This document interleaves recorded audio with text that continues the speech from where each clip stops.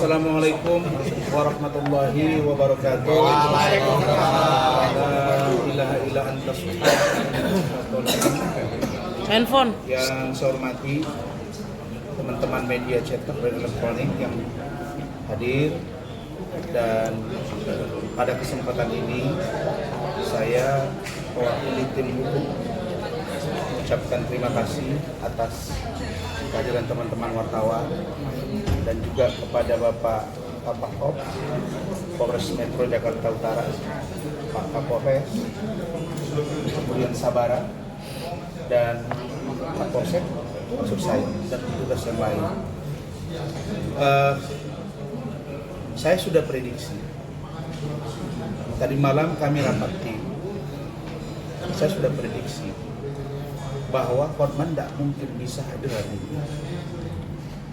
Walaupun dia posting ada nanah deliver dan dengan cara pengobatan, tapi keluarga saya dokter, anak saya 2 dokter yang sudah selesai, 1 lagi kuliah, istri tidak, dan banyak teman saya spesialis.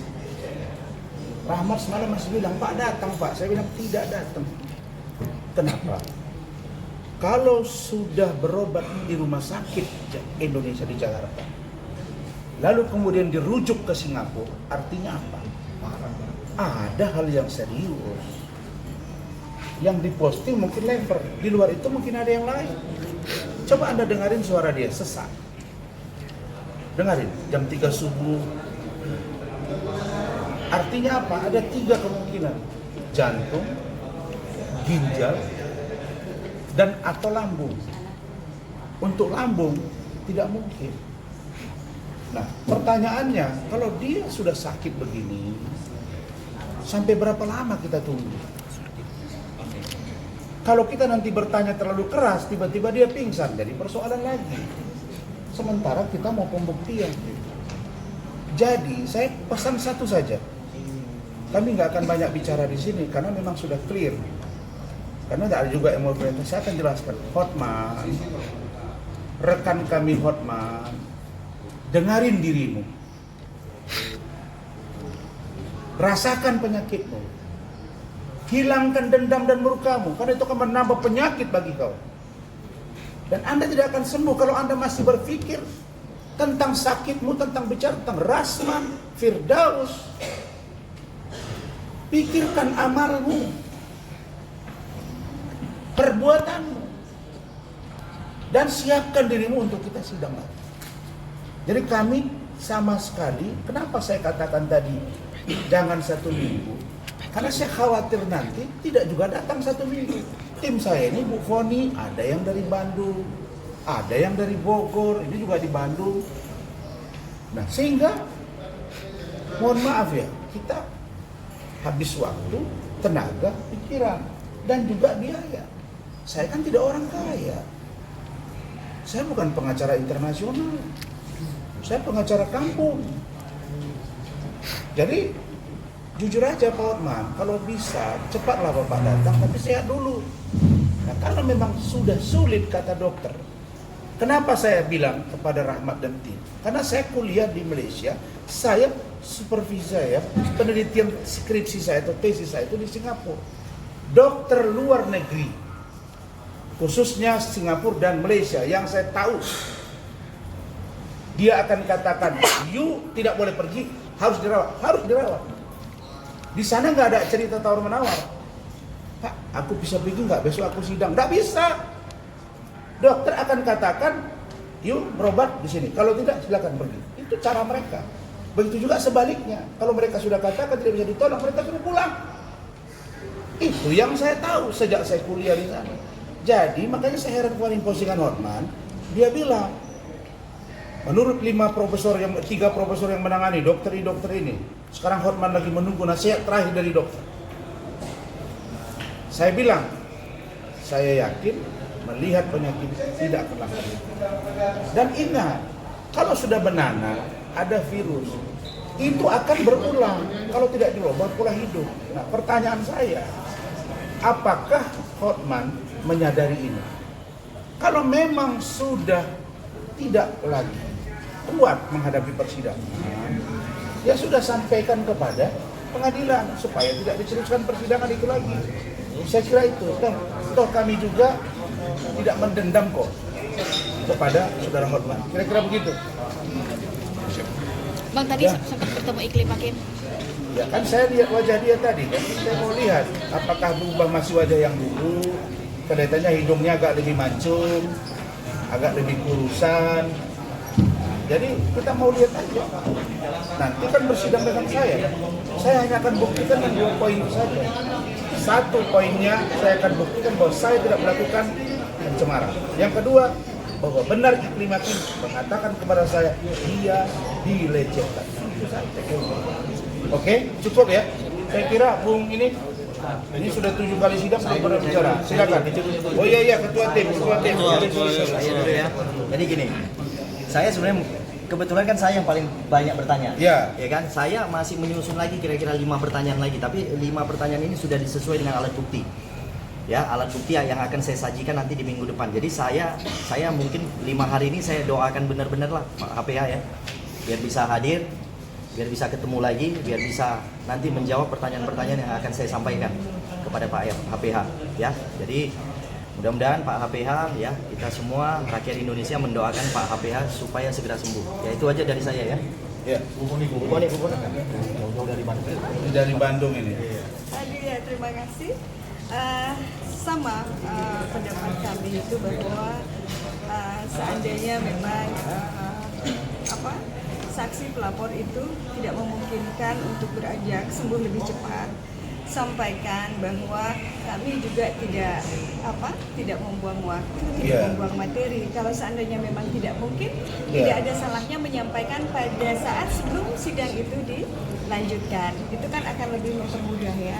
Tapi harapan kami tetap, kami selalu berupaya bahwa karena saksi pelapor juga sebagai teman sejawat, tetap doa dari kami semua untuk teman sejawat cepat sembuh, sehat selalu, semangat agar semua menjadi selesai dengan cepat. Itu saja dari kami. Terima kasih. Ya. Ini, silakan. Terima kasih. Pada hari ini kita sudah menyaksikan persidangan bahwa rekan kita Pak Hotman tidak hadir karena sakit. Saya rasa ini pertarungan pengacara lawan pengacara, pasti yang menang pengacara juga. Tapi saya yakin perkara ini kemungkinan bisa berakhir dengan satu perdamaian. Apalagi ini di bulan Ramadan, mudah-mudahan perdamaian ini untuk kedepannya bisa terlaksana dan persidangan ini kita akhiri perdamaian. Nanti saya akan fasilitasi apakah terdakwa rekan kita Bung Rasman dengan juga saksi Hotman Paris Hutapea, saya akan dudukan bersama supaya ada titik perdamaian, karena saya lihat perkara ini seharusnya berdamai, karena kemenangan kekalahan adalah yang menang pengacara. Jadi perdamaian itulah yang paling utama. Mudah-mudahan kita minta doa kepada rekan-rekan bisa kita akhiri persidangan ini dengan damai. Terima kasih. Ya, saya kira poinnya adalah ini kan sudah masuk sidang ke-7 kan? Sudah hampir 2,5 bulan juga. Makanya saya katakan jangan egosentrik yang dikedepankan.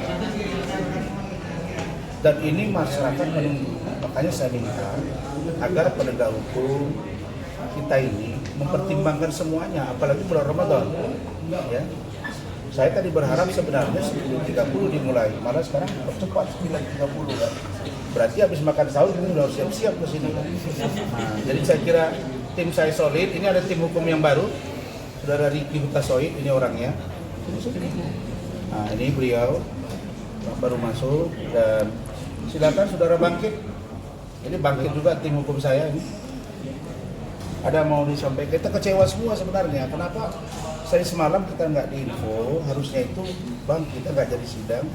Mungkin kita nggak perlu suruh yang dari Bandung datang, yang dari ini dari Surabaya Bangkit.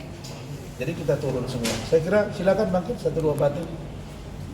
Oke, terima kasih. Kalau dari saya, kami tim hukum akan tetap solid dan fokus untuk membela kepentingan hukum klien kami, dalam hal ini Bang Rasman, yang mana kita juga dari berbagai kota datang ke sini khusus untuk bersidang. Tapi kalau dikatakan untuk kecewa, ya kita ada kecewa sedikit. Tapi di samping itu, seperti yang disampaikan Bang Rasman, kita kesampingkan juga ego.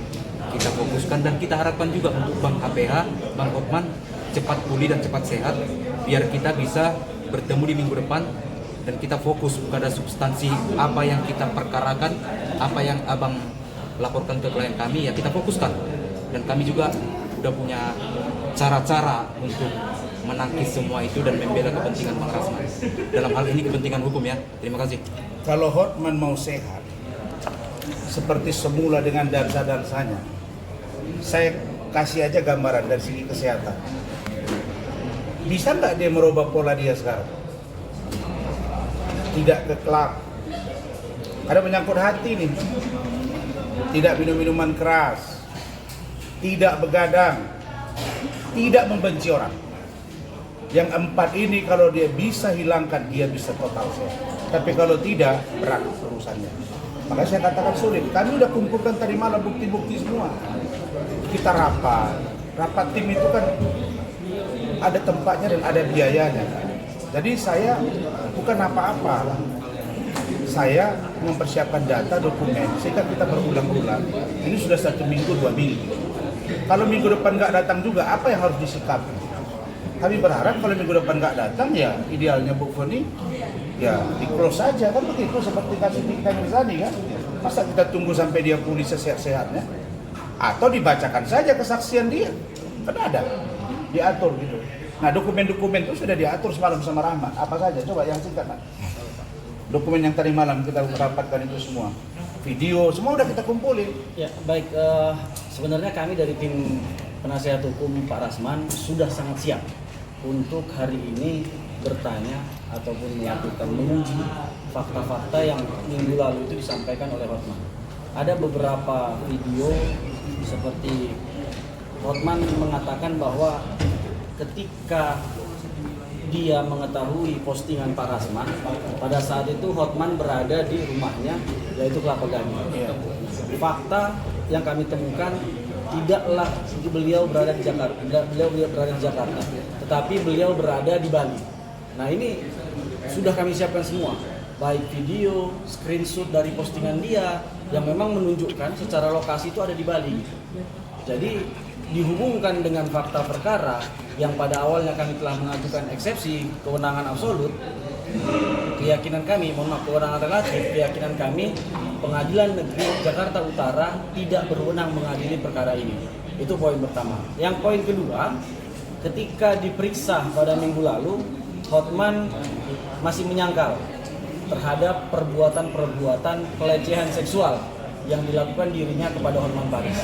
Untuk ini pun kami sudah mempersiapkan beberapa bukti.